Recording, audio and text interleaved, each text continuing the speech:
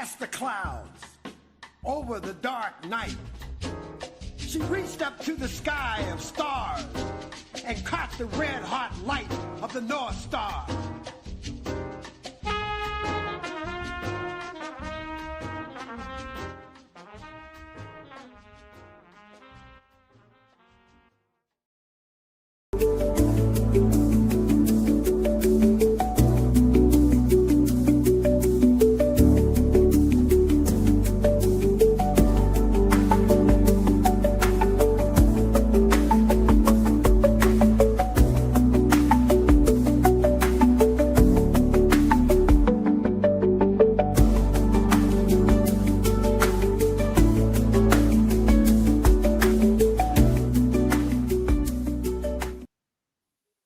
Well, greetings. Welcome back as always, and thank you all for joining me. Here's what I see as a very fundamental question.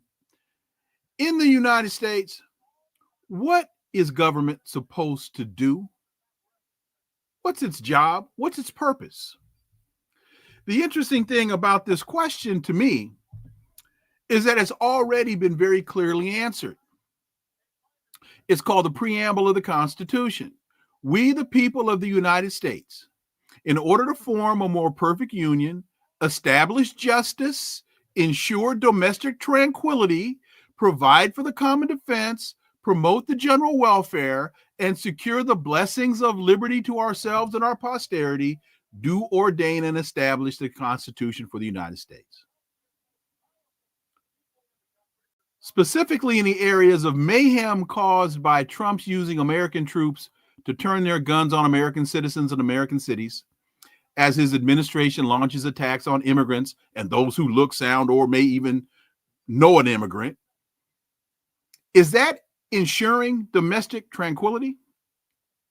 Also, is shutting down the government, furloughing federal workers, firing others, and denying women, infants, and children, the elderly, disabled, and the American poor and working poor food assistance, is that promoting the general welfare of the country? Let's connect some dots and find out.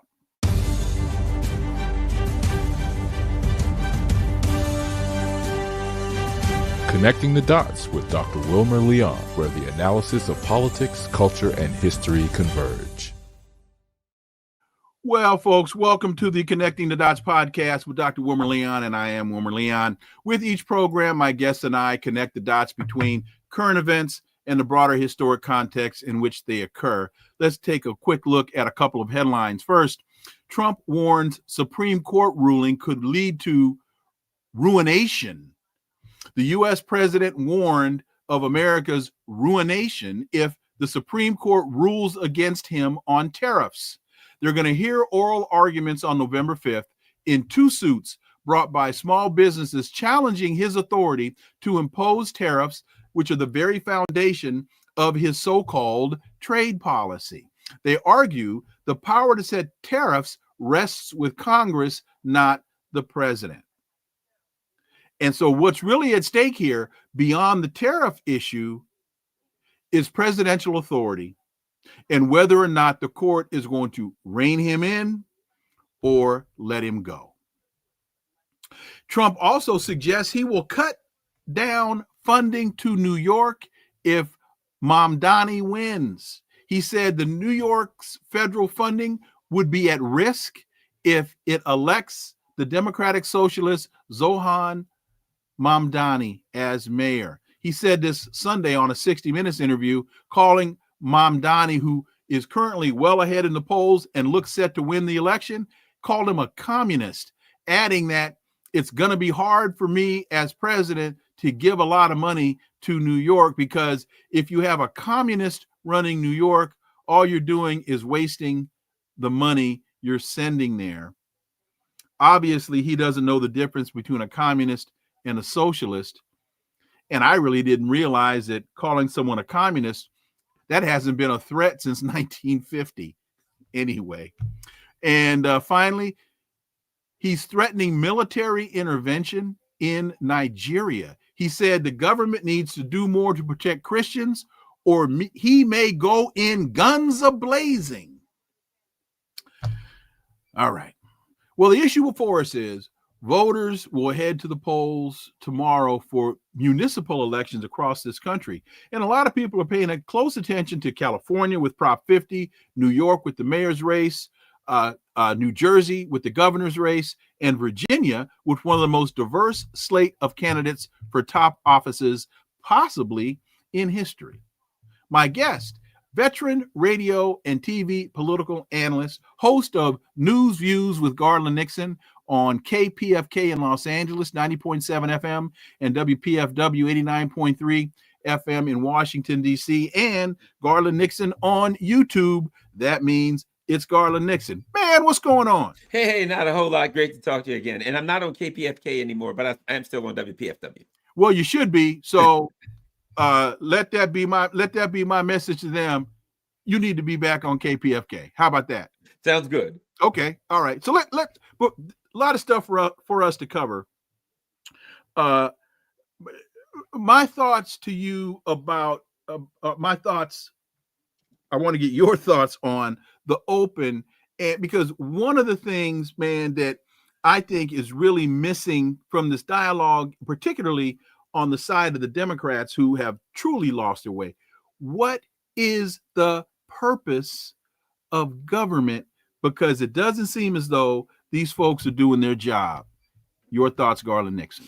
Yeah, I think there's two questions. And one of them is, what is the purpose of government? And the other is, what is the purpose and definition of an opposition party? Because just because you're the minority party doesn't, in fact, make you the opposition party. And as Trump does all kinds of unthinkable things that, a lot of Americans would be unhappy with, that will not in any way improve the situation in our country or in the world, there needs to be a voice spoken against those things. And just saying Trump is a bad guy, or vote for us because Trump is a bad guy, or pointing out that Trump is doing things that are not in the best interest of most people, isn't good enough. As you and I always discuss, you have to present a credible alternative. You have to say, look, but if we're in power, this is what we'll do. And again, the problem that the Democrats have also is that they had 4 years under Biden, and the 4 years under Biden looked so much like the 4 years under Trump, except, they were a little, the decorum was a little bit better, but the foreign policy looked terrible. Money going out. Oh, we've got to send more money for Ukraine and or Israel, whoever the heck the money has to go through, more money to buy missiles to confront China, etc. As the day-to-day lives of Americans have gotten worse off. So they have two problems. Number one, they're not presenting credible alternatives or anything. And number two, even if they do, they've lost the trust of most Americans so much. So we're in a position, some may argue there's some good points about it, wherein Americans are looking at the two parties and saying, I don't see enough difference. I don't see something that's going to make my life better. What am I even doing? And then you end up with people staying home. That's what you end up with, a lot of people that just don't go to the polls. And, for those listening that might think that you're just spewing rhetoric, the numbers support exactly what you're saying. Some of the most recent polling from Ipsos and I think Quinnipiac is indicating that Trump's numbers are now around 44%, just simply job approval numbers, 44%. People people being satisfied with his performance on the economy, around the same, and the Democrats' numbers are worse than his. That is some data to back your point. Yeah, and it's not just the Democrats' numbers. I'll look every now and then, and I'll look, and there's Hakeem Jeffries or one of these, right? And you look at them in their face. Have you noticed I guess we'll use this term charitably, leadership of the Democratic Party? They all have this deer in the headlights look, and they know that the Gaza situation has been devastating. And they know that if they have, and I'm even starting to see it happen, if they have these town halls or whatever, inevitably people stand up and ask them questions that they really can't answer about the situation in Gaza. So, you have some glaring weaknesses, ideological weaknesses, some glaring political weaknesses with Donald Trump and the Trump administration.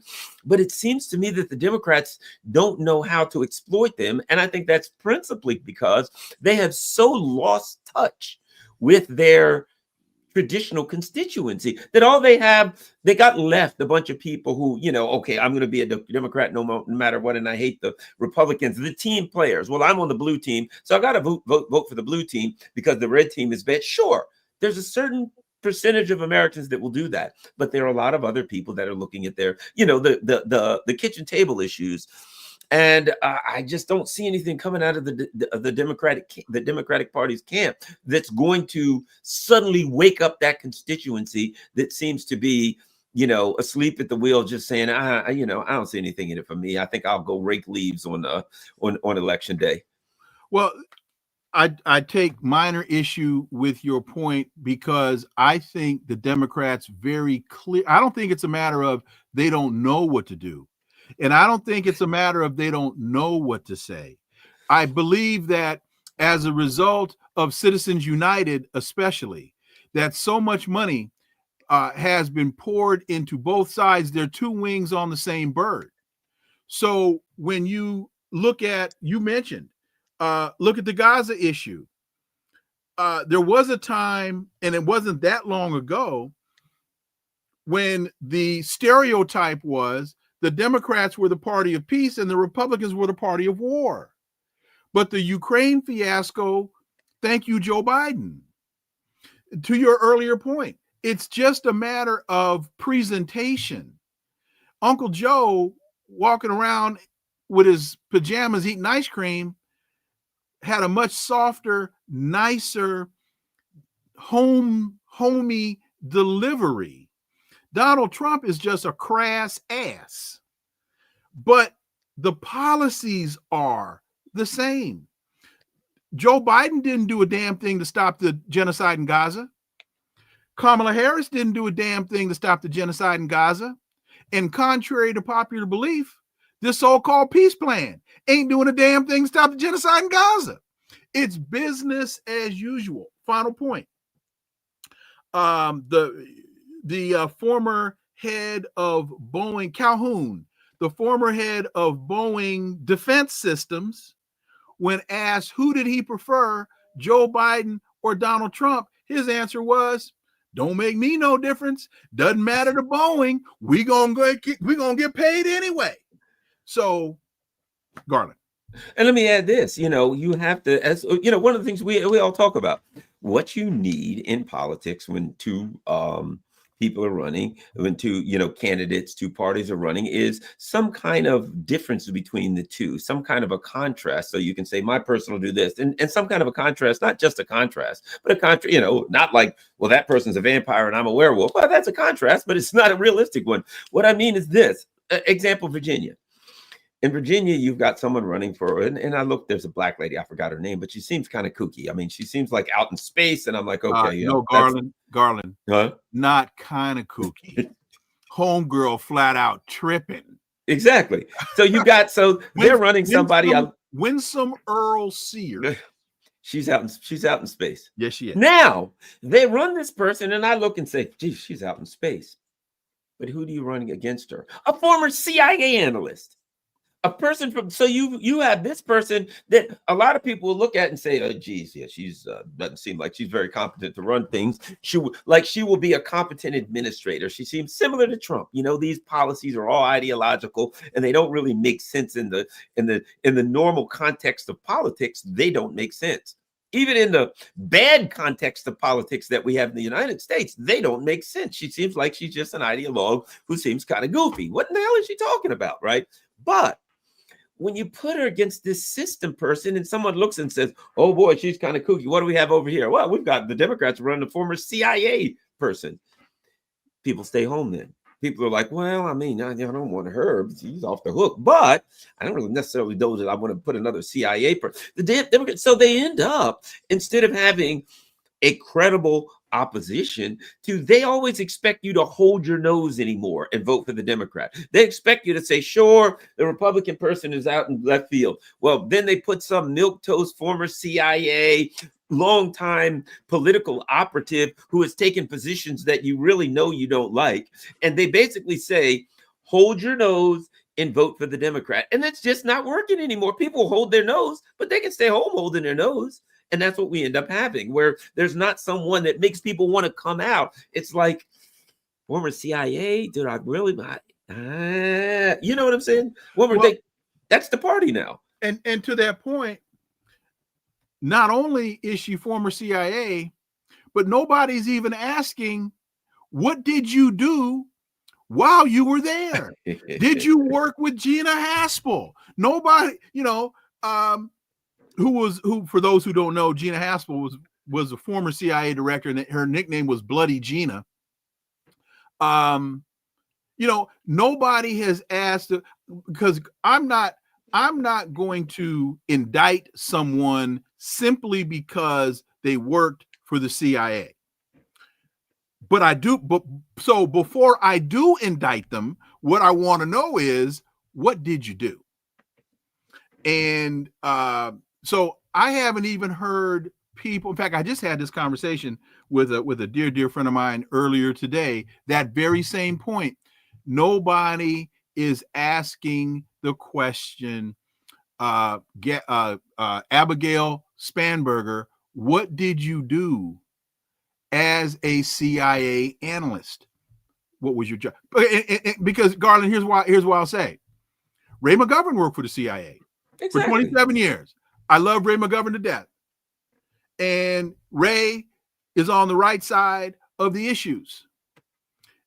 So that's the distinction that I'm going to. And another guy, a guy Larry Johnson, John Kiriakou, wonderful human being.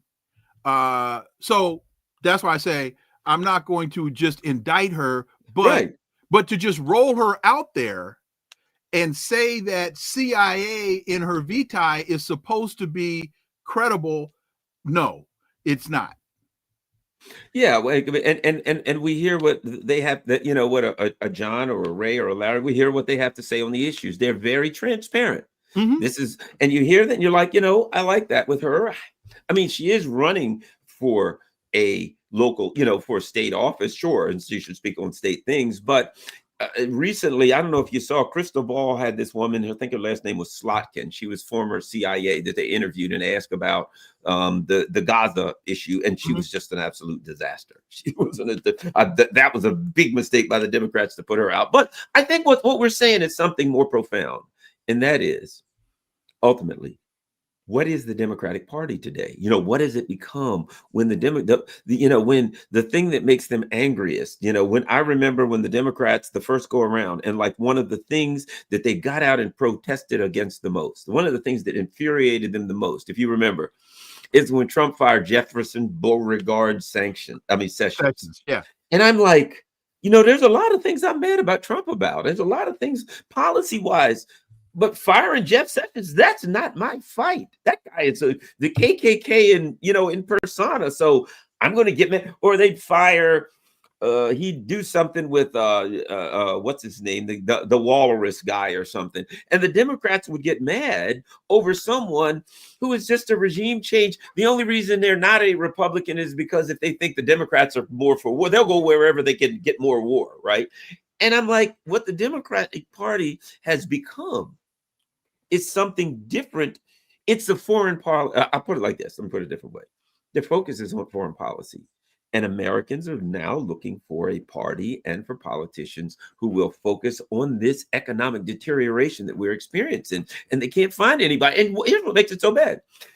It's an easy road for the Democrats. If they wanted to win, and if their focus was on winning, all they'd have to do is focus on kitchen table issues. But when the checks are coming from the big guys up in Hollywood or, on Wall Street, kitchen table issues aren't at the top of their priority list. And now they could end up, really not making any headway with Trump here, with the Republicans here. And that would be disastrous for them. To that point, I don't have any evidence of this. This one is just my opinion. I give kudos to Hakeem Jeffries for taking up this issue of the Affordable Care Act tax issues, subsidies.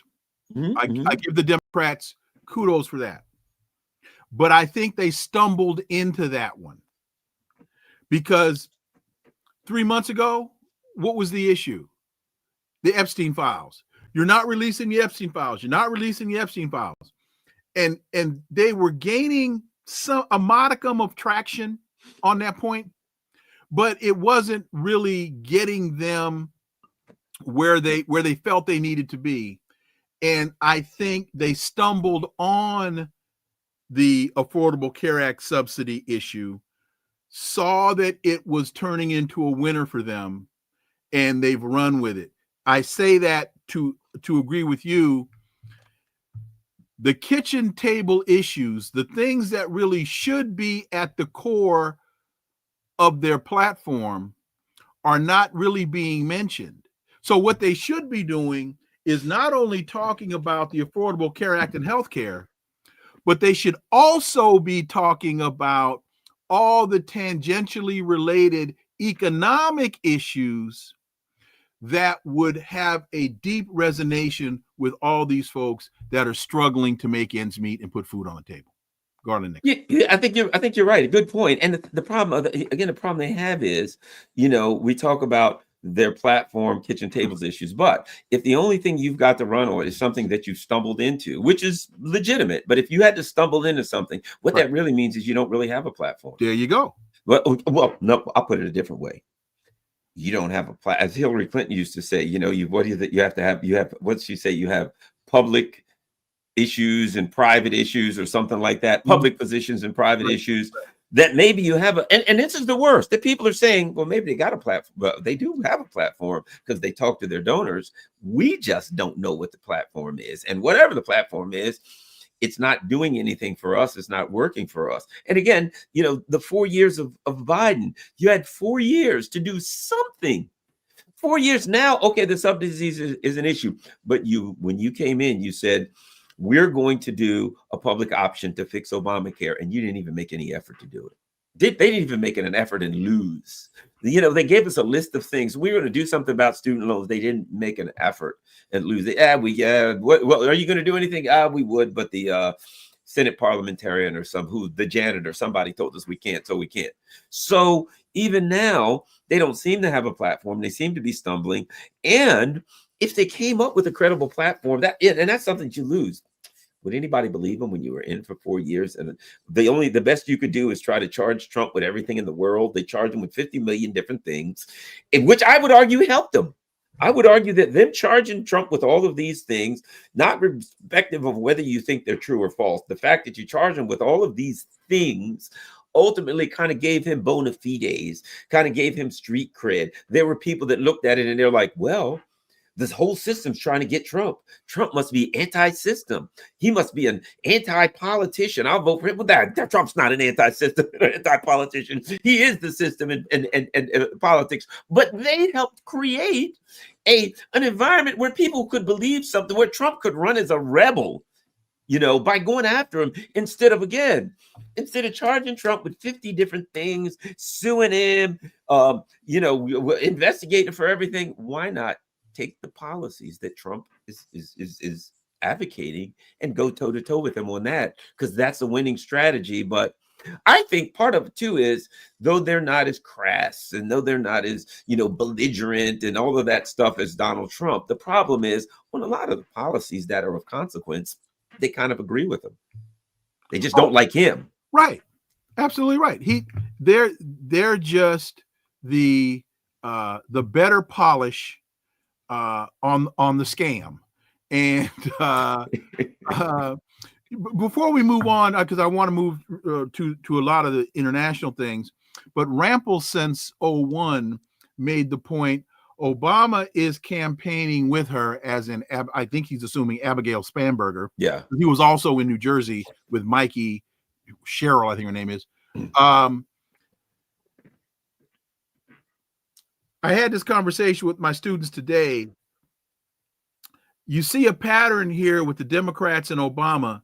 They roll him out at the very end because he really this past week, but really this past weekend is when you really saw him front and center, and he's really demonstrating now.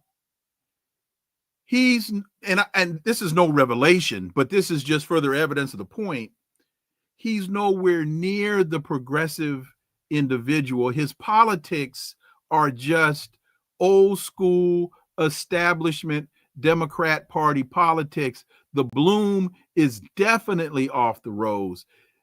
Spanberger would have been better served with Michelle Obama, not Barack Obama. You know, what's interesting, and that is, with Harris, they were like, okay, it seems like this, that the Democratic Party is still, they tried to play like, oh, we're standing for the minorities, but when it comes to actually doing things for the Black community and all, they never seem to actually come through, right? And I think that, like Harris at the last, they're like, okay, we'll roll Obama out and he'll bring all the Black people in and we'll get all the Black folks. All we got to do is stick Obama out. And they're just like, we're going to hold Obama till the end. And the last few weeks, that's what they do all the time. The last few weeks, out comes Obama and all the Black people will follow him like the Pied Piper. He'll play a pipe and he'll head for the polls and they'll all follow him. And not anymore. Yeah, look.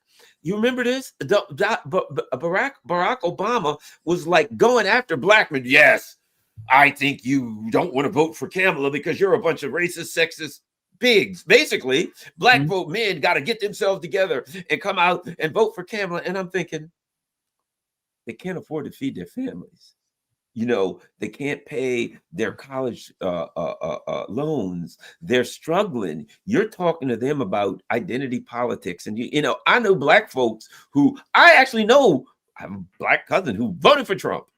And it was, you know what? The Democrats haven't done nothing. I voted for them my whole life. And I didn't agree with them. I voted, third party. But my point is, Black folks are just like everybody else. They're out here working, trying to eat. And just saying, here's a man in Black skin. He's Black. Remember him? He's the guy with the beautiful Black family. But your life didn't even materially improve under him either. And there you go, a Black face. Vote for Black folks. Kind of like they use them like a scarecrow to stick them up. They're like a reverse scarecrow. We'll stick them up in the field, and all the Black folks will come around and vote for them. It doesn't work anymore. You're going to have to. Black voters ain't stupid. You're going to have to deliver for Black voters. Now, hopefully, a lot of them learned their lesson about Trump. But I understand the desperation they were in. They would try any port in a storm. But yeah, that Obama stuff, that's done. The idea you can roll him in and not that you can bring Obama out and not deliver. And somehow by not delivering for the working class, they're going to vote for you because of his face. Oh, it's not happening. And he's on the wrong side of the Mamdani issue. He's on the wrong, which when I heard that, then that was the signal to me that oh man, you're just no more than a blackface on what the minstrel show on the Democrat Party platform. There's nothing progressive there. There's nothing to deal with folks trying to eat. Let me do this. Let me thank Carol Asbaram for her generous contribution. Thank you, Carol. People know that both parties are in the pocket of the elite class. We need a new party and a new system. Jonathan Soul, thank you very much. Love it when the band gets back together. I won't debate that one. I won't do Simon and Garfunkel. I don't know. Biggie and Tupac. I don't know. Anyway, I'm showing my age there with Simon and Garfunkel. Mo and Curly. How about we go? So on the international front, Russia warns U.S. over Afghanistan. Sergei Lavrov has been very clear. The deployment of military infrastructure of any third countries. Oh, my thing just left me. I'm sorry. Hang on a second. the deployment of military infrastructure of any third countries on the territory of Afghanistan, as well as on the territories of neighboring states, is categorically unacceptable under any pretext. And Garland, when he says on the territories of neighboring states, he's taken us right back to the Ukraine argument. He's taking us right back to that reality and being very, very clear on this is not acceptable. Garland. Well, and what I hear also is he's neighboring states. To me, sounds like he's talking about that the Zanzor Gap or whatever they wanted to buy right off near Iran. And Iran basically said, you do that, we're going to war. And it is the United States saying nobody, Russia, China, you can't come in the Western Hemisphere, you can't ally with Venezuela, blah, blah, blah. But we can ally with anybody we want on your border, and we can build all the military dominance. Exactly. And those days just ain't going anymore. It ain't happening. And Russia's saying it isn't happening, and they've proven it. And Iran basically said, if you try to move into the Zanzor Gap, that means war. Countries are now saying, look, you do not have the economic and military power to dominate us anymore, and we will defend our interests. And the United States has to make a decision. It's like a guy standing there and somebody saying, I'm going to take your wallet, and the guy says, you might, but I ain't handing it to you. You're gonna have to come get it. You have to here, let me set my wallet behind me. You can get past me, you can get the wallet, but we're gonna find out. You can get that wallet, but you're gonna have to fight for it. And I think what countries are starting to say, you can do this or that.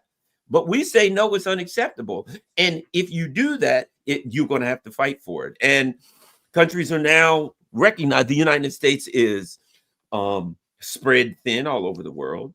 The United States is technologically falling behind. We see these other countries introducing.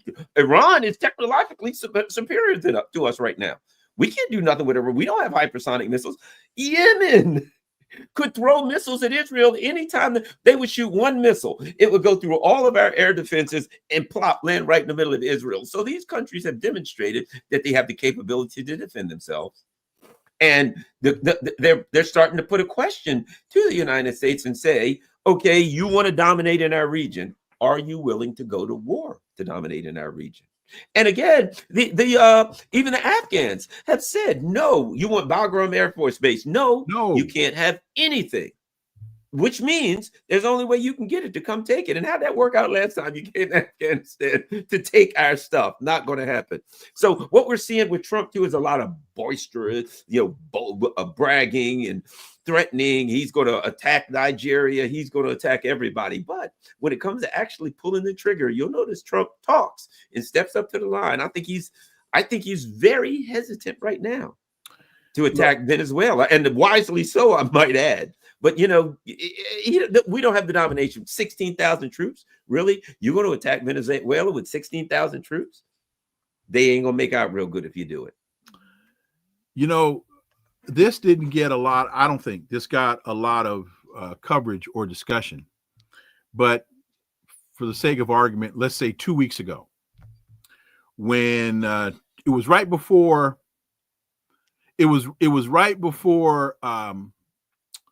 Zelensky, I think, was coming to the White House, and Donald Trump was talking about tomahawks into Ukraine, and Medvedev came out and said, I'll paraphrase, if you do that, you've crossed a red line, and it'll become very, very dangerous for the United States and for you personally, Donald Trump. You know as well as I the diplomatic structure and the diplomatic dialogue, and a lot of times you've got to listen to what's not said before you really pay attention to what is said. For a diplomat to come out and say, Mr. President, this is going to be dangerous for you personally. And President Putin didn't come back and say, oh, he was just drunk. Oh, he didn't really mean that. Oh, no. Lavrov didn't come back and, as they love to say now, walk that back. I hate that term, but he never, they let that one stand. Not only was that a very clear message, I think the message was was received, because now Trump just came out today and said, no tomahawks in Ukraine anytime soon. One thing about Trump, and I'm not saying it's good, bad, or different. I'm just, Trump is a guy who's got a lot, from growing up, in the street. He's one of them guys that got a lot of mouth. He's threatening everybody. He's going to beat everybody up. He's going to take everybody's lunch money. He's going to do all of that. But when he gets up to that line and his toes are at the line, Trump's real hesitant to cross that line. He's that drunk that gets thrown out of the bar every Friday around 1:30 or Saturday morning around 1:30. Man, we're tired of this. Go home. That's it. And so now I believe he's, like I said, Venezuela, I think he's getting real cold feet. I think people are telling him, hey, this is going to be a bad move and it could turn out real bad and destroy your presidency. I think that when it comes to, it was interesting, because Ray McGovern kept saying, no, they're not doing tomahawks. It's not going to happen. A lot of people are like, oh, they're going to Ray McGovern says it's not going to happen, not going to happen. And hey, Ray McGovern knows his stuff. Right. But whatever the case may be, it is a very serious thing to Russia if you threaten them. And one of the big things is because, let's face it, if you're in charge of a country, any country, if you're the leader of a country, you have to be in charge. You have to maintain, the people have to believe that you can defend their country. They have to have faith in you. They must have confidence in you as a leader. And that's something that could shake the confidence of the support for the Russian government. And I think they are saying, look, if you throw these, we got to do something. We have no choice. And this could go bad. And good and well, if it goes bad enough, it ain't going to miss you. You know what I mean? That's what the Russians keep saying. Hey, look, if there's a nuclear war, ain't nobody walking away from this. And I think they're reminding him, look, if this thing goes bad, you ain't walking away from it either. Nobody walks away from it. Don't think that you're throwing Ukrainian bodies on the front line again, or whoever, that you're throwing some proxy war, that you can throw the Filipinos or the Japanese or the South Koreans' body on the front line against China. You always want it. But if missiles start flying towards Moscow, it's going to go bad where, you know what I mean? Wherever you are. Yep. And you don't think that you're going to walk away from this. Nobody walks away. You're now going from, I'm going to talk about what happens in Kiev and whether or not you blow up Kiev or blow up, Kryvyi Rog or one of these other small. No, we're now talking about something that ain't no walking away from. So is that the game? Do you really want to do this, Donald Trump? Right. We're warning you. In fact, Scott, you got a lot of folks, a lot of Democrats now, and particularly I hear it more from Black Democrats. So what do you think of this now? You didn't vote for Kamala, and look what you got. Oh, how do you like it now? But what they don't seem to understand is different problems mean you still have problems. So on the domestic front, would we be where we are as we are with? Probably not. But as Scott made the point right after the election, he said, if Kamala had won, he said, I give you 6 months and we would have been in a nuclear war with Russia. And a lot of folks don't want to have that conversation. But when she was asked about what would be the foreign policy differences between a Harris-Walz administration and the Biden-Harris administration, she says, none. Well, that Ukraine policy that the Biden administration was championing was taking us down the perilous rabbit hole of nuclear conflict. So, my saying that is not too much, supposition. it's based upon a lot of reality that came out of her own mouth. I agree with you 100%. I agree with Scott 100%. I said it before. I said, well, I don't have a dog in this fight. I don't, my ideology is far to the left of both of these parties. And, I'm about the government helping the people, but Medicare for all, stuff like that. Peace with everybody. Excellent. I said, but I might add, Kamala said she was going to keep Biden's team together. Right. I could show you the article. She says, well, it's going to be, I'm in a hurry and blah, blah, blah. And I got a lot to do. Well, I'll probably just keep the same foreign policy team, which I believe, we were heading for nuclear conflict. There was no other way around it because they were using ATACMS. As soon as they won, they just said, okay, let's go with the tomahawks now. And then we'll go. And they would win. And then before you know it, there's mushroom clouds everywhere and we're done. And now, for all the disaster of Trump, I don't know, we're going to live another 6 months, but we've made it this far.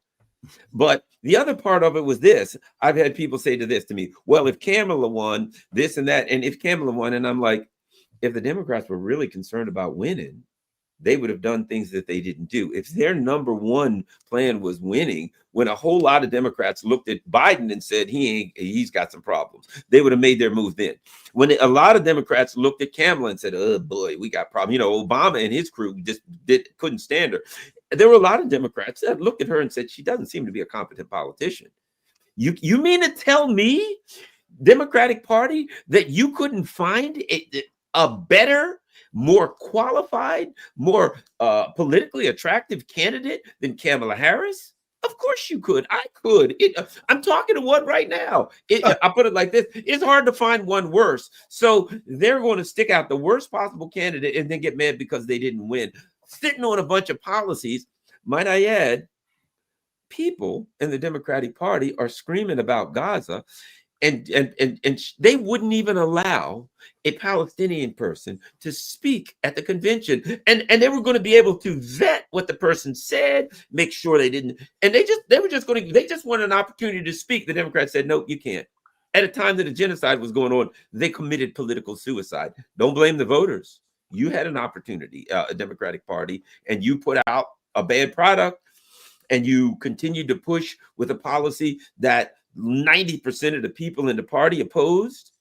One last thing. I talked to someone who was about 30, and this was just after the election. And this person said to me, they were from New York. They said, like all of my friends in my age, none of them voted for the Democrats. I said, why? And he said, oh, because of Gaza. I mean, matter of fact, he said it was Gaza. Almost like everybody, no, of course. Why? Yeah, give me that. Of course, it was because of Gaza. They committed political suicide. Don't blame the voters.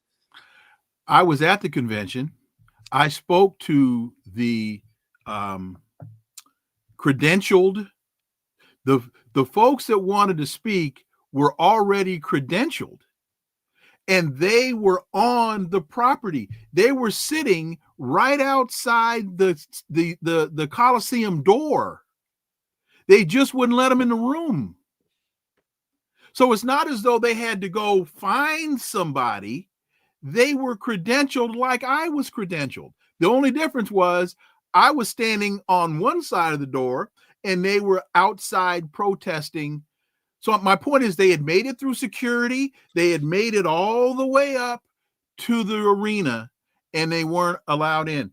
I want to push back a little bit on your point about they couldn't find anybody. And Lee Ricks, thank you very much for that super sticker.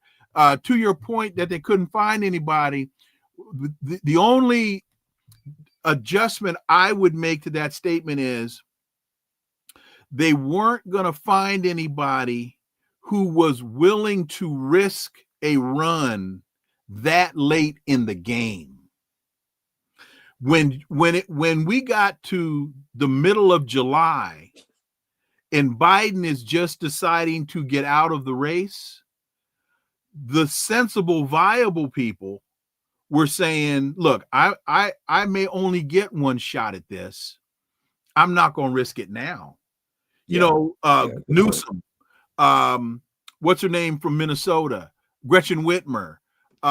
They weren't going to, let Kamala take this hit because, again, once you lose, very rarely do you come back to win.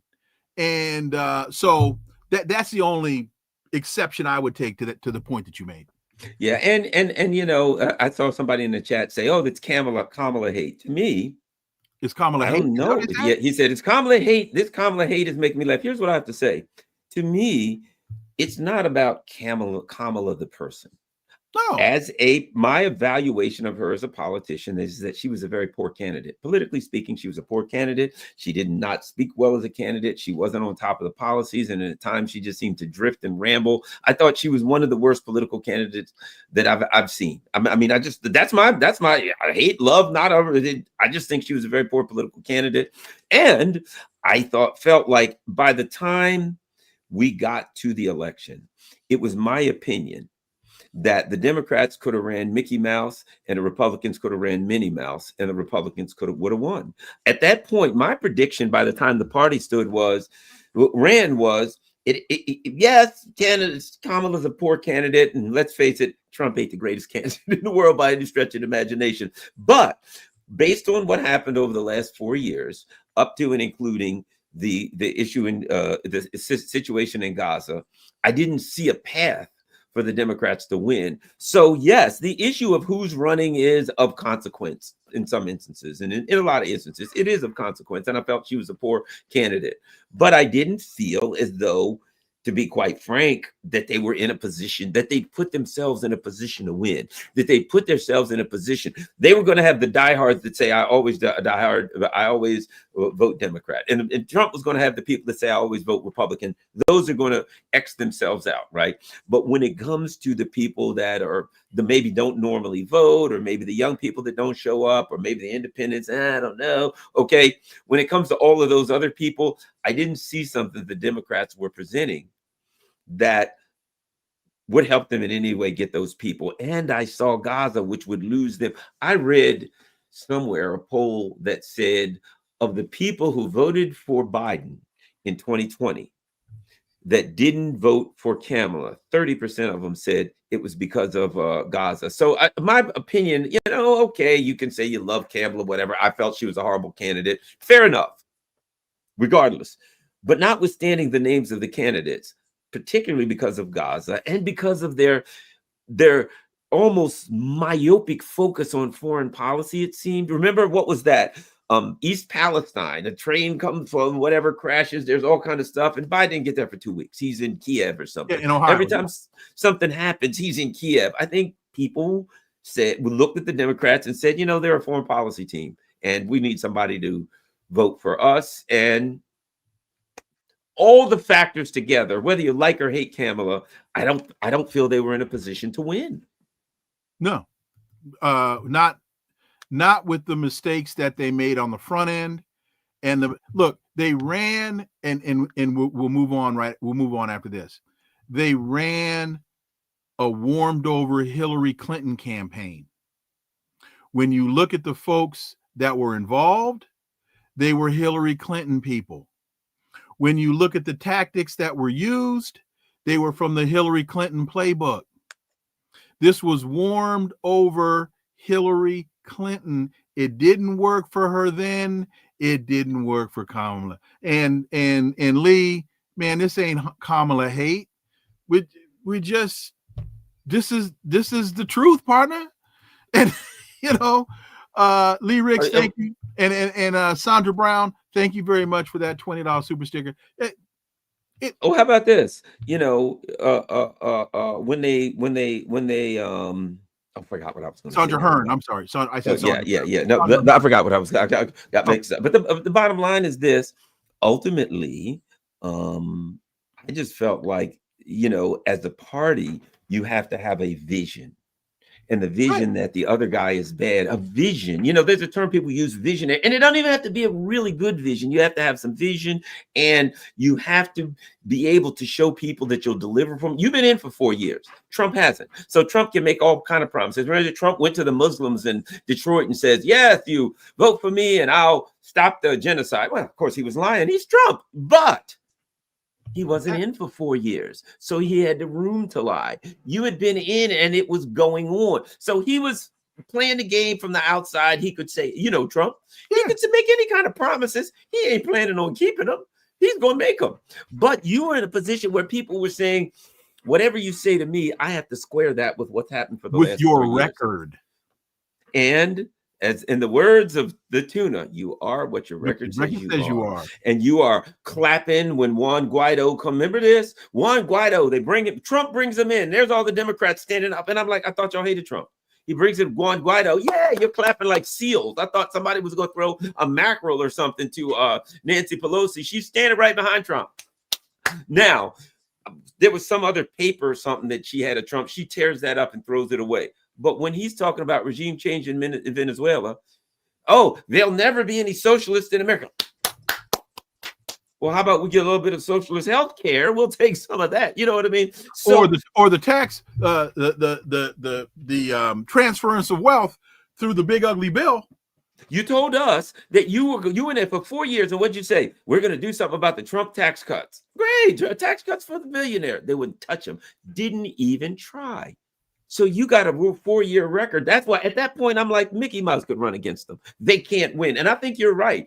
I think that some of the people who saw themselves as having a chance to become president looked at the environment and said, yeah, we ain't winning this one. Just let Kamala go ahead and do it. She's a bad candidate. And then we won't even have to we can just say we ran a bad candidate. In fact, remember afterwards, it came out, they were saying, we told her not to go prancing all over the place with Lynn Cheney. People were coming out saying, we told you not to pull a Hillary and go trying to, I've got to get all the Republican votes. You ain't going to get the Republican votes, and you will lose Democrat votes trying to get the Republican votes. That was Hillary. You're right. That was exactly Hillary. And this is hate? No, this is fact. As Malcolm said, if my telling you the truth makes you angry, don't get angry at me. Get angry at the truth. Iran Supreme Leader says cooperation with U.S. not possible while it backs Israel. Cooperation between Iran and the U.S. is not possible as long as Washington continues to support Israel and to maintain military bases and interfere in the Middle East region, according to Ayatollah Ali Khamenei. I think when you take that statement and in the context, Garland, in which it's framed, and then go back to the story of Lavrov saying, don't think about bases in Afghanistan and surrounding regions. Now you're getting this in stereo, Garland.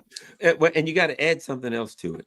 And that is, and I think this is critical, Iran has proven that they can fight. You know what I mean? I mean, some people can talk trash, and you got to say, you know, the U.S. can say, I'll punch you in the nose, and Israel punch you in the nose, and they got to like, well, maybe they'll punch me in the nose, but I'm going to stand up to them. The last time you sicked Israel on them, they swatted them like a fly in 12 days. Israel had to go running to Uncle Sam begging, please pull this fool off of me before he beats me to death, right? So Iran, if you notice, and add this, and the attacks on Iran brought the people of Iran closer together. They circled the wagons, right? So Iran is talking with more strength internally because the government of Iran can now say, you can forget that regime change stuff. The people are supporting us in our defense. And you can forget coming over here to beat us up because we've already showed you we can bloody your nose in a hurry. And our friends are helping us build, you know, more air defense, and we're getting more planes and this and that. So we beat you up last time, and we've been in the gym working out. We're stronger than we were before. So it's interesting because, number one, it's Iran taking a obstinate position saying, hey, you know what? You ain't gonna push me around. I'm gonna live my life the way you want. But number two, because they have proven their ability to defend themselves with strength and honor, and that they can defend themselves, and yet all of that business about somehow you're going to attack them and the house of cards will fall apart and all the people will overthrow the government, that you know, dog don't hunt no more. So they are in a different position now than they were in the past, I think. And they're speaking with that confidence that they can defend their interests. I think that's important. You know, when you look at the show is called Connecting the Dots. So when you look at Joe Biden telling us we're going to turn the ruble into rubble, and that change, that dynamic within the Russian economy was going to cause such internal disruption that they would run Putin out of Russia on a rail. We tried regime change in Venezuela. We even declared their own president for him, even after they had already elected Nicolas Maduro. Didn't work. And to all that you've just said about Iran, there's one thing you left out. And all the spies that you thought you had in our country, we shot them. They're not here anymore. We shot them and buried them. So now, let's go. Well, add this. And Iran also showed pictures and videos and data of things that their spies had gotten in Israel. Mm-hmm. So now they have showed the capability to infiltrate your defenses, to infiltrate your intelligence agencies, and to get in and steal information from you. So they've showed that they have international capabilities. They have not superpower, but regional power. Regional power. Yes, regional power in there to dominate, or at least, to dominate militarily, but at least to hold their own as far as intelligence. And you don't know what they got now, because they showed they can get in. So you don't know how much information they got. One of the things I saw Max Blumenthal talking about was under one of these skyscrapers. It was in Tel Aviv. There was some big, expensive building where people lived in. And that building, the base of the building got hit with these massive hypersonic missiles during the 12-day war. And afterwards, they kind of admitted Israel had a secret bunker under there. And Iranians blasted it. It was Israel's, like, one of their major intelligence and military bunkers. What we found was exactly the Iranians knew right where it was and sent a couple missiles right down their doorstep. How do they know? One of the things that people listening to this conversation should take away should take from this is understanding the difference between the rhetoric and the reality. Because those that you can call this hate if you want to. Where are we wrong? You might not like it, understood, but give me some evidence to tell me that our analysis is wrong. And it's not. It's unpleasant in some regards. It's unsettling in some regards. It's counter to the dominant narrative in all regards. But it isn't wrong, Garland. Yeah. If I say Kamala Harris was prior, we both talked about this prior to the election, like she's a terrible candidate, and people got mad at me. Mm-hmm. And then after the election, people were like, "Well, I think Trump did." I said, "Wait a minute." The polls said she was going to get blown out. The polls said that she was going to lose she was behind in all of the battleground states. Mm-hmm. And she lost in all of the battleground states. Mm-hmm. So the polls said she was going to lose. The exit polls, when they asked people, who'd you vote for? Wasn't Kamala. The exit polls said, so the polls said she was going to lose prior to the election. The exit polls said she was going to lose. And then she lost. If you put that data set together, it seems that we were pretty much right. And it ain't about us liking or hating her. We did an evaluation of the data sets that we had and used maybe some intuition and said, based on what I've seen historically watching elections, if you're losing in all the battleground states in the polls, you may pull a couple of them out. Mm-hmm. Maybe, but you ain't going to win the election. And as soon as they called Ohio early, I'm like, oh, man, about 5 minutes in, they're like, oh, you lost Ohio. It was but Florida's gone. Goodbye. It's over. But none of us were shocked. And it wasn't even about liking or hating Kamala. It comes down to this. And I think that's what we're talking about. If the Democrats are going to be an opposition party, they have to have policies that oppose the policies of the Republicans. You can't be a faux opposition. You can't be a rhetorical opposition party. You have to be a substantive oppositional party. And the reason when I say substantive is the substance is, it doesn't always come back to this. People cannot pay their student loans. People can't pay the rent. The damn rent's too high. Simple things. People all those years are thinking, and I still remember the way that guy, his face, the damn rent's too high guy that was running in New York. Why? Because guess what? Because the damn rent's too high. Jimmy, you're talking about Jimmy McMillan. Exactly. The rent is too damn high party. In fact, because I've been saying since Mamdani came out, I said, this is Jimmy McMillan 2025. And people clowned McMillan.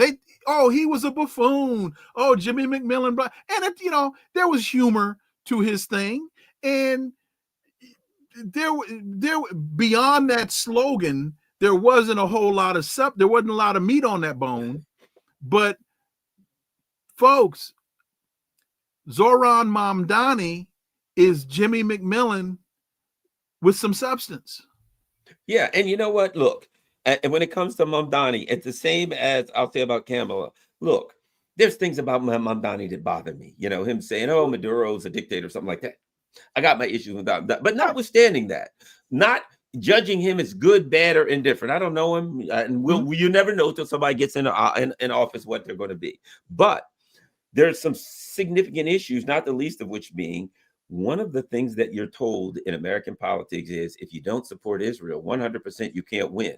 And him winning and opposing Zionism, is going to, I think, inspire people who may not run to say, well, wait a minute, he was opposed to Zionism and he won, so I'll run. As I said, he kind of burned me up when he's like, oh, yes, Maduro and Diaz-Canel, whatever his name, Diaz-Canel in Cuba, they did this and that. I'm like, I don't want to hear that crap. But still, notwithstanding all of that, he's doing the rent's too high, and that's going to win. He's doing that kind of angle. The kitchen table issues is going to win. And, of course, I think it's good for younger people maybe to look and say, you know what, I can run. And I can say I don't agree with Israel and Zionism or foreign policy or whatever it is that I'm told is the third rail. Whatever you do, you can't say this. And I think it's good for people to know that the third rail for the political elite class is not the third rail for the working class.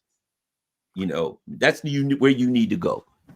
As we get out to that point, listening to the analysis of the last-ditch efforts of the campaign over the weekend, talking about New York.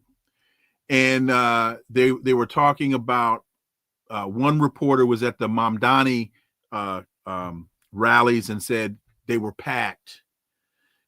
He went to 6 nightclubs on Saturday. In fact, one of my students asked me, what do you think about him going to the clubs? And I said, well, you got to go where your voters are. And I said, now, if I had been running and you saw my old behind in the club, well, then I'm fronting. That I'm pandering, because the last thing you want to see is me in the club. I said, but him, that's his environment. Those are his people. He went where the votes were. Then they talked about Cuomo and made the point that there's a lot less enthusiasm. The energy at his rallies was very low, but they said this: his contributions from Jewish millionaires is breaking the bank.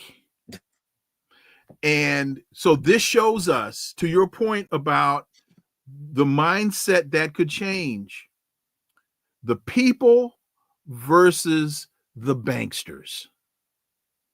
And we're going to find out tomorrow who's going to carry the day.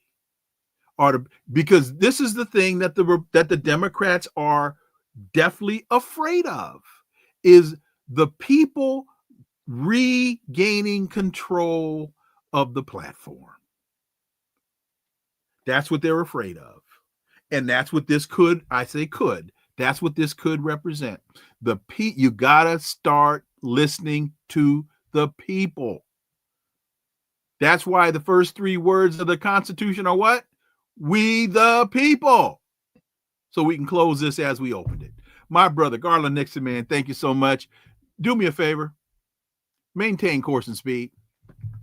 As always, thank you very much, brother. Hey, so we're, as though people don't know, Where do people find you, Garland? Oh, yes. You can find me. I'm on Facebook. I'm on Instagram. I'm on Telegram. Look up Garland Nixon. And of course, my YouTube show. I'm on there running my mouth all the time. You're on stamp. People like our friend Jim Kavanaugh had one the other day. People like that. Hey, man. Again, man, really appreciate it. Take care. All right. Thank you very much. All right. All right, folks. Well, you heard it from me. You heard it from Garland. Garland, really appreciate that. And all the links are below. Tomorrow, folks, I think what we're going to do is I am going to give you analysis on a number of issues based upon some things that I see and I think are relevant. So if you would be so kind, join me tomorrow, and we'll handle it there. Hey, this is where the analysis of politics, culture, and history converge. Talk without analysis is just chatter, and we don't chatter here on Connecting the Dots. See y'all tomorrow. It'll be me. Until then, I am Dr. Wilmer Leon. Have a blessed remainder of your day. Peace. I'm out.